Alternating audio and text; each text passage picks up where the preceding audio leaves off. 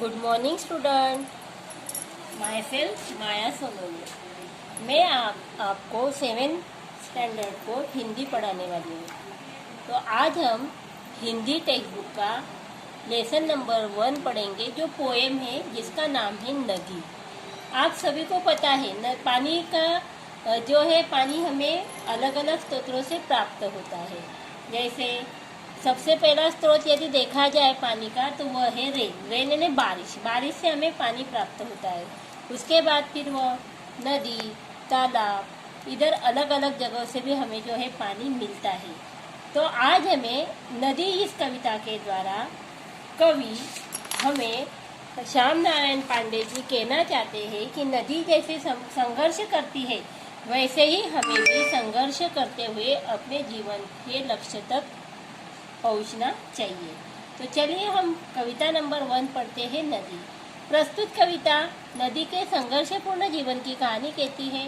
पर्वतों, चट्टानों से लड़ती हुई नदी अपने किनारे बसे शहरों, गांवों को जीवन देती है। देश की उन्नति का मार्ग प्रशस्त करती, माँ की तरह दुलारती है तो रौद्र रूप दिखाकर डराती भी है। इस प्रकार अपने लक्ष्य की प्रतीक्षा में बहती हुई अंत में सागर में मिल जाती है। अर्थात कवि कहते हैं कि वह उसका लक्ष्य प्राप्त कर लेती। जब वह सागर को मिल जाती है तो उसका लक्ष्य जो होता है वो प्राप्त कर लेती। देखिए कविता की लाइन पढ़ते और एक्सप्लेनेशन करते हैं। क्षण भर रुक कर विश्राम करो, क्यों नदी निरंतर बहती हो, जब जब मैंने देखा पाया तुम दौड़ धूप में रहती हो। कवि कहते हैं कि हे नदी, तुम लगातार बहती रहती हो, कुछ देर रुक कर आराम तो कर लो। मैंने तुम्हें हमेशा दौड़ धूप में ही लगा पाया है। तुम्हारी लहरें लगातार तटबंधों से टकराती है और लहरों पर लहर उठाती हो, तटबंधों से टकराती हो। संघर्ष स्रोत है जीवन का मार्ग, तुम हंस हंस कर बतलाती हो। कवि कहते हैं कि मैंने देखा है कि तुम लगातार तटबंधों से टकराती हुई मानव जाति को यह संदेश दे जाती है कि संघर्ष जीवन का स्रोत है। बूंद हराकर चट्टानों को लड़ लड़कर तोड़ दिया तुमने, पर्वत समरस मैदान बने रुख अपना मोड़ दिया तुमने अपना रास्ता बदलने के लिए अपनी ताकत से विशालकाय चट्टानों को तोड़कर सपाट मैदानों में बदल दिया।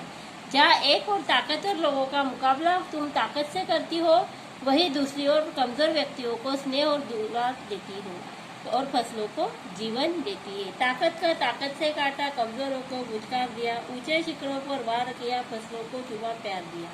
अर्थात कमजोर व्यक्तियों को स्नेह और प्रेम से दुलारती है और फसलों को तुम जीवन देती है। हे क्रांति शांति की पयस्विनी, तुमको मैं केवल नदी कहूँ या स्वतंत्रता संघर्ष कहूँ या फसलों की जिंदगी को, तुम शहरों को भी प्यारी हो, तुम गाँवों को भी प्यारी हो, तुम दोनों को दूध पिलाती हो, तुम दोनों की महतारी हो। कवि कहते हैं कि अनेक क्रांतियाँ भी तुम्हारे तट पर हुई है और संधियाँ भी तुम्हारे तट पर हुई है। तुम्हें मैं केवल नदी कहूँ या स्वतंत्रता के लिए किया गया संघर्ष कहूँ या फसलों का जीवन कहूँ, क्योंकि तुम्हारे जल के बिना तो हरियाली की कल्पना संभव ही नहीं। तुम शहर और गांव दोनों को एक समान प्रेम करती हो, दोनों को माँ के समान लालन पालन करती हो।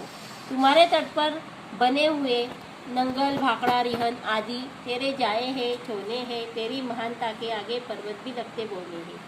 घर घर में बिजली बन करके रोशनी बांटने जलती हो, कल और कारखानों में तुम धड़कन बढ़ती हो, चलती हो।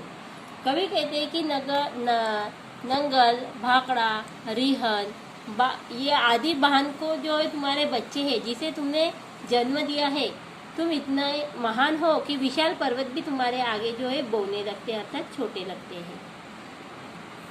तुम्हारे तट पर बांधों से पैदा की गई बिजली से हमारे घर रोशन हो रहे हैं। मशीनों और कारखानों की धड़कन भी तुम ही हो, अर्थात तुम्हारे जल से ही हमारी आर्थिक उन्नति संभव हो पाई है। तेरी लहरों में अंकित है संस्कृतियों का उत्थान पतन। तुमको देखा जिंदगी ऐसी, तुम रूठ गई रूठा जीवन। जिन देशों ने तुमको पाया वे ऊंचे उठे महान बने, सब मिला मगर तुम नहीं मिली तो उजड़े रेगिस्तान बने। कवि कहते हैं कि तुम्हारे तट पर न जाने कितनी संस्कृतियों का उद्भव और न जाने कितनी संस्कृतियां उजड़ गई। उत्थान पतन का ही अर्थ होता है निर्माण होना और नष्ट होना। ये कहानियां तुम्हारी लहरों पर छपी हुई है। इतिहास गवाह है कि जहाँ तुम्हारा अस्तित्व रहा है वहाँ तुम्हारा जीवन जो है मुस्कुराया है। जहाँ से तुम्हारा अस्तित्व विलीन हुआ है वहाँ तो मानव जीवन जो है रूठ गया, अर्थात रेगिस्तान बना है। सैलाब रूप धारण कर तुम उपनाती हो, जब लहर लहर पुल सड़क रेल बह जाते हैं थरथर करते गांव शहर। फिर सागर की व्यापकता में मिल जाती हो, खो जाती हो, जो लक्ष्य खोजने निकली थी वह लक्ष्य स्वयं हो जाती हो। अर्थात कवि कहते हैं कि जब भी तुम्हारा जल बाढ़ के रूप में उफनता है तो उसके वेग में पुल, सड़कें, रेल सभी कुछ जो है बह जाते हैं। गांव और शहर तुम्हारा रौद्र रूप देखकर थरथर कांपने लगते हैं। अपनी लंबी यात्रा के बाद फिर तुम सागर के विस्तार में खो जाती हो। सागर तक पहुंचना ही तो तुम्हारा लक्ष्य है और सागर में मिलकर तुम स्वयं लक्ष्य बन जाती हो, यानी उससे एकाकार होकर तुम सागर हो जाती हो। अर्थात तुम्हारा जो लक्ष्य था वो लक्ष्य जो है सफल हो जाता है। अर्थात तुम संघर्षमय जीवन जीती हुई आगे बढ़ती है और अपने लक्ष्य को प्राप्त कर लेती है। Thank you.